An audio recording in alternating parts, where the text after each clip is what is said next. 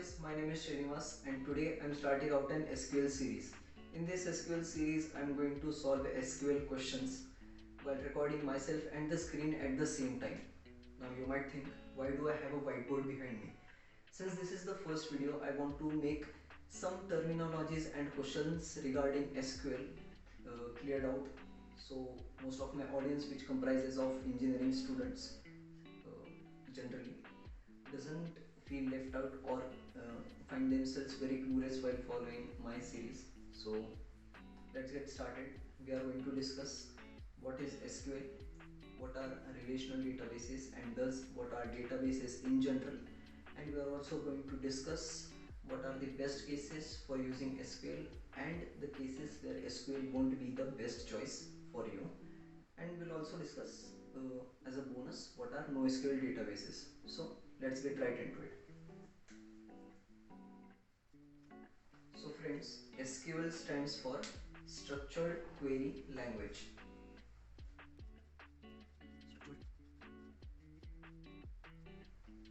SQL stands for Structured Query Language.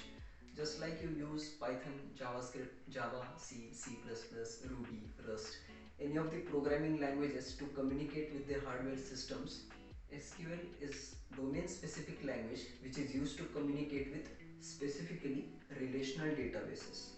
Now we'll learn what are databases and then we'll understand what is a database. Relational database. So what is a database? Let's keep it to the side.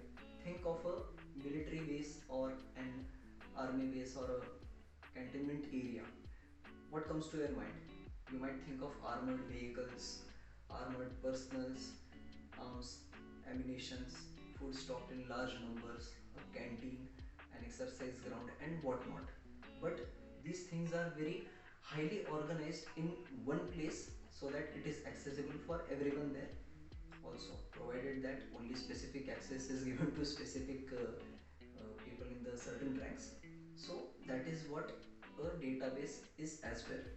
A database is a place where your data is stored in a highly organized fashion so that it is very easy for you to interact with it, primarily performing CRUD operations. And what are CRUD operations? These are create, read, update, and delete. So database is a single place where data is stored in a highly organized fashion for us to be able to interact with it and manipulate our data in a very easy form. So let's see how a database is denoted in as a symbol. It is simply a cylinder, a zigzag cylinder, and this is how databases are denoted. Now we'll understand what a relational database is. It is a database that stores data, obviously, but in relations. Now what is the relation? A relation is simply a table. And what does a table comprise of? And or what is a table composed out of? A table is composed out of simply rows and columns. Okay. So if this is a relational database,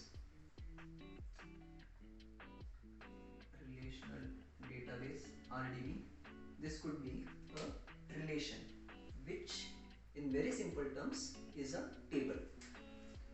I'll write it down. Relation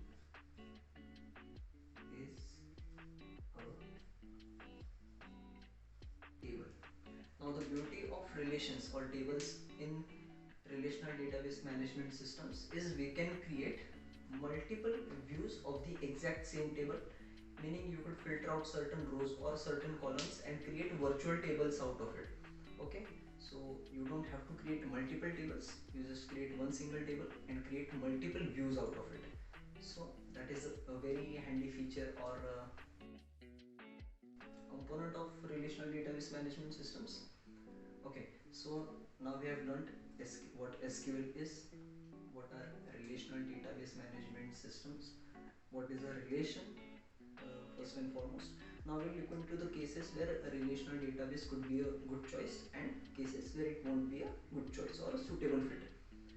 First and foremost, when your data needs to be in a highly structured format, if your project needs or if your need is to store data in a highly organized, clean, sorted format, SQL should be your foremost choice.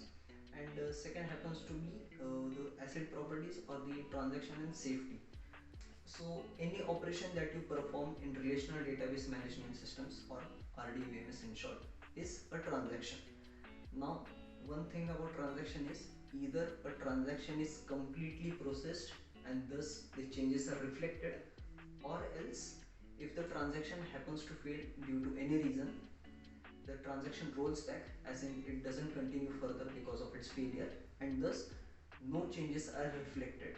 Okay, so your data stays very consistent throughout the databases, meaning if a transaction is completed, only then the changes are reflected, or else transaction fails and no changes are reflected, thus your data stays very consistent throughout the database. And also there are some cons to RDBMS as well. RDBMS as well. Sorry. So what are they?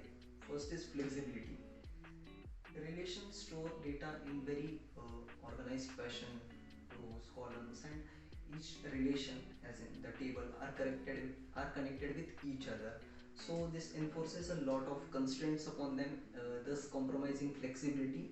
So if you're looking out to store your data in a flexible fashion, I'm sorry, RDBMS won't be the best choice.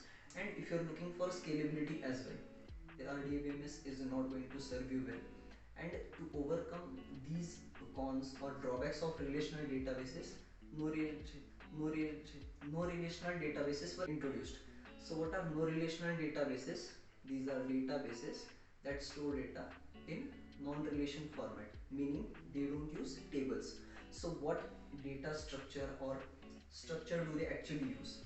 The most common format is document format. And what is a document? Document is simply a key value pair, or pair of key value. So a very simple example for you. Suppose you are trying to find the meaning of a word and that word is obsolete in the dictionary.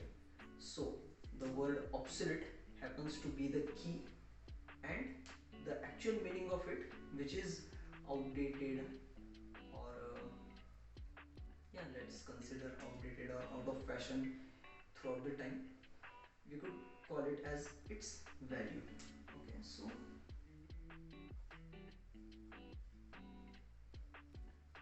obsolete is the word that you're trying to find the meaning of, and its meaning could be outdated, let's say.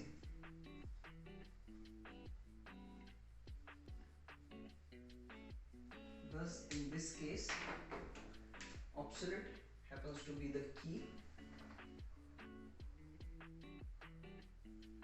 and outdated, which is the actual meaning of the word obsolete, is the value.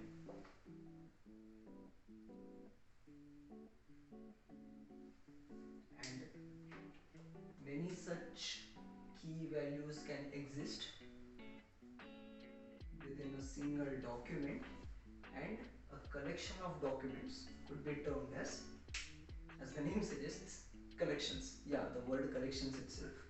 So I hope you guys have liked this video. We have discussed very basic terms regarding SQL, RDBMS, relations, and their use cases depending on your needs. I think this is more than enough for you to understand the entire series that we are going to follow through. So do give me feedback if you have any, and